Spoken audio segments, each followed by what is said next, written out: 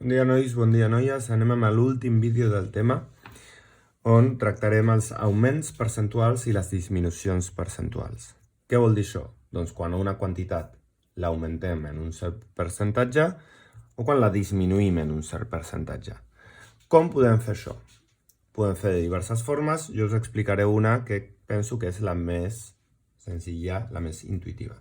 Imaginem que tenim un producte que val una quantitat, anem a dir 750 euros, i l'augmenten en un 12%. Com podem saber quants euros valdrà ara? Doncs el que podem fer és això en dues operacions. En primer lloc, calcular el percentatge de 750, el 12% de 750. Com fem això? Doncs això fem 750 per 12 dividit de 100. Si fem aquesta operació, ens dona 90. Per tant, euros, perquè parlem d'euros. Ara, com podem saber això? Doncs, com és un augment percentual, haurem de fer una suma. A la quantitat inicial li haurem de sumar el percentatge, o sigui, la quantitat percentual que ha augmentat. D'acord? I per tant, aquesta suma, en aquest cas, doncs donaria 840 euros. Per tant, si tenim un producte que val això i ha augmentat aquest percentatge, doncs aquest producte passarà a valdre aquesta quantitat. D'acord? Com ho podem fer sempre? Calculem el percentatge d'augment i aquesta quantitat la sumem a la quantitat inicial.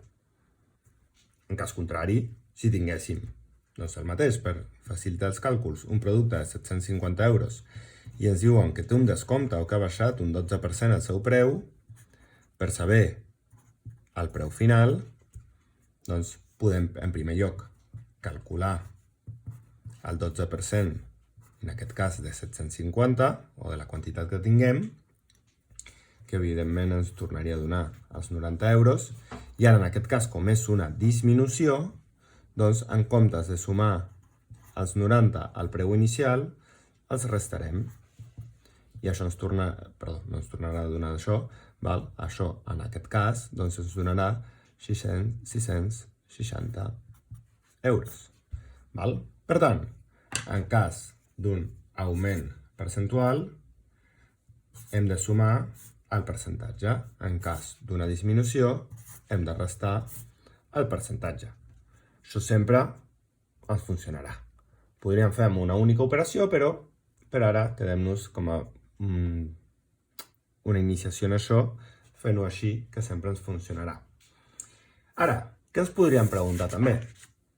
Ens podríem preguntar el percentatge de descompte o d'augment d'un producte. Com podem fer això? Doncs imaginem-nos, perquè ja que ho hem vist, imaginem-nos que ens diuen que un producte passa de valdre 750 euros a valdre 840 euros. I ens pregunten, euros volia posar. I ens pregunten, evidentment ha augmentat de preu, doncs aquest percentatge d'augment, quin és? Com podem fer això? Doncs el primer que necessitem és veure quina quantitat ha augmentat aquest producte. Parlem d'euros, doncs quants euros ha augmentat? Doncs de 750 fins a 840 hi ha un augment de 90 euros. I ara què hauríem de fer?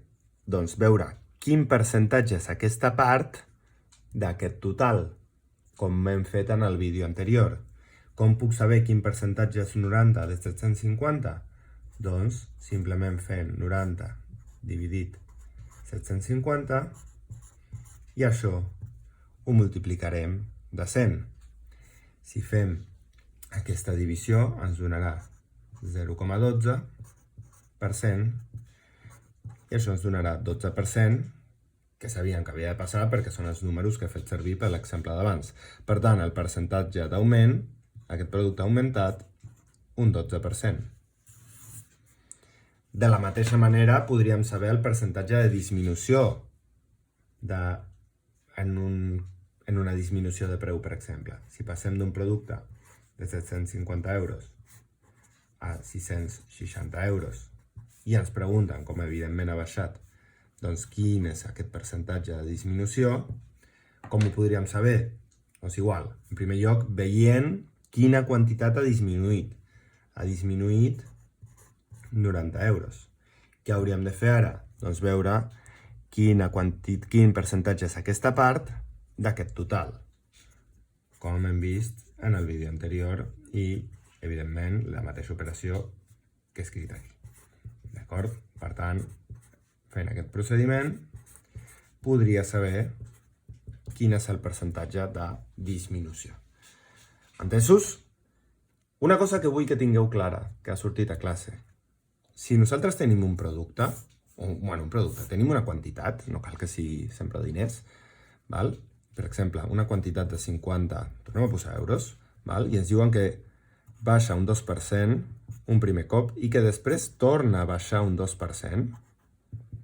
Ojo, això no és igual a que baixi un 4%.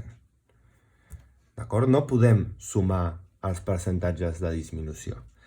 Perquè si jo tinc una cosa que baixa un 2% i valia 50, doncs, quan val en la primera baixada?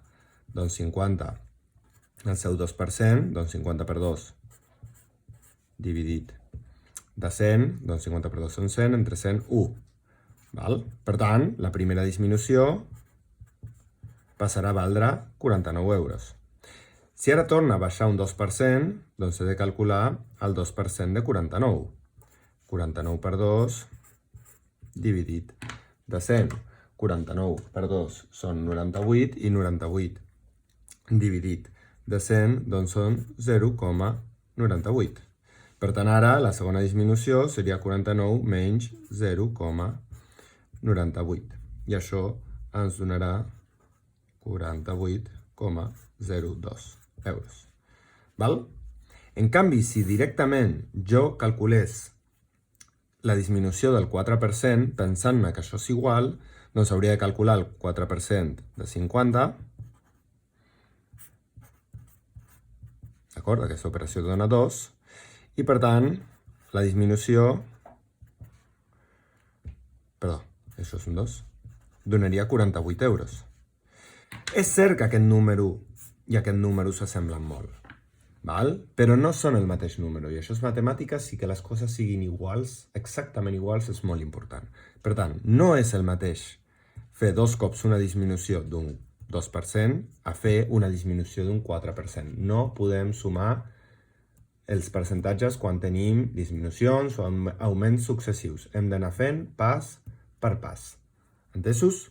Espero que us hagi quedat clar i amb això finalitzem els vídeos d'aquest tema 5.